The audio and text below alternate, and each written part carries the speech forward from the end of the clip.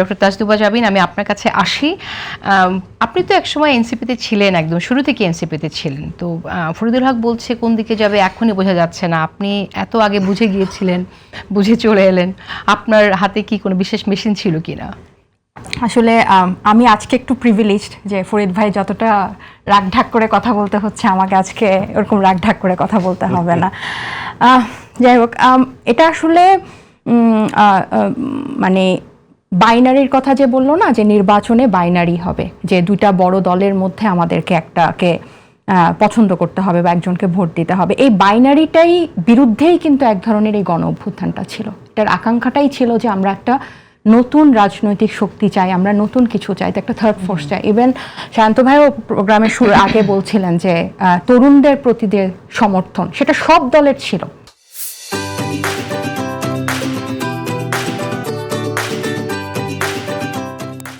সেটা শুধু এনসিপির ছিল, তখন এনসিপি বলে কিছু ছিল না।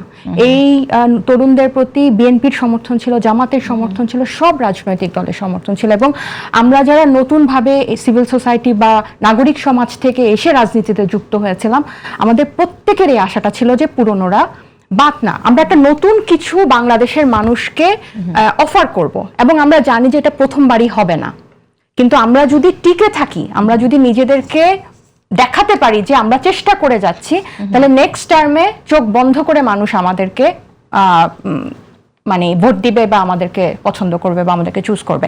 সো ওই জিনিসটা যে হবে না, আমি পদত্যাগের পরও অনেকবার বলেছিলাম।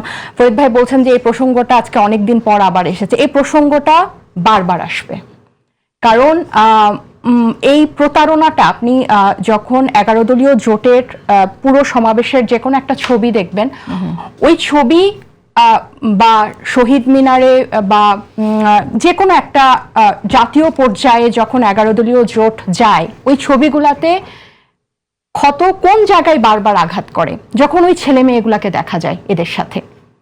এই ছবিগুলা মানুষকে ওই জায়গাটাতে আঘাত করে, যে এই ছেলে মেয়েগুলাকে তো আমরা এখানে দেখতে চাই নাই, আমরা তাদেরকে আলাদা দেখতে চেয়েছিলাম। সো এখানে আসলে বাচ্চাকে ডাক্তার ইঞ্জিনিয়ার করার ব্যাপার না, কারণ বাচ্চারাই এই দেশটাকে এই গণ অভ্যুত্থানের পরে এটাকে 17 বছর পর স্বৈরশাসক থেকে মুক্ত করেছিল। এটা বাংলাদেশের প্রত্যেকটা মানুষ বিশ্বাস করে। ইভেন বিএনপি যেমন, বাচ্চা যদি কাউকে বাবা মানে তাহলে সেটা কিভাবে? না, এটা আসলে আপু, এটা ওনাদের আসলে এটা ওই একই রেটরিক একটা ওদিকে চলে যায়, আমরা যদি তাদেরকে আঘাত করে কথা বলতে চাই।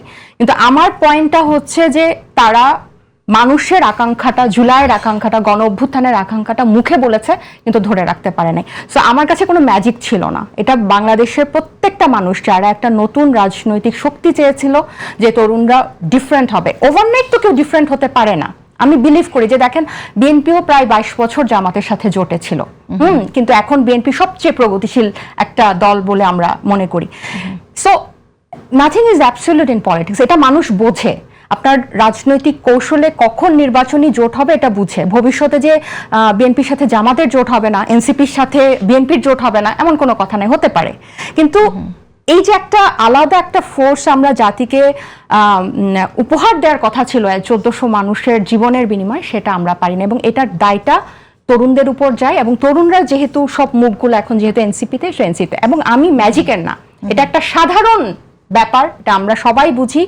সো আমি যেটা বলতাম যে ভুল ট্রেনে ছিলাম, ভুল ট্রেনে তো আমাকে ডেস্টিনেশনে নিয়ে যাবে না। আমি যত তাড়াতাড়ি ভুল ট্রেন থেকে নামবো, তত তাড়াতাড়ি আমি। এখন ট্রেন কোন দিকে যাচ্ছে? এখনো এটাকে আমি এই জার্নিটাই বলি।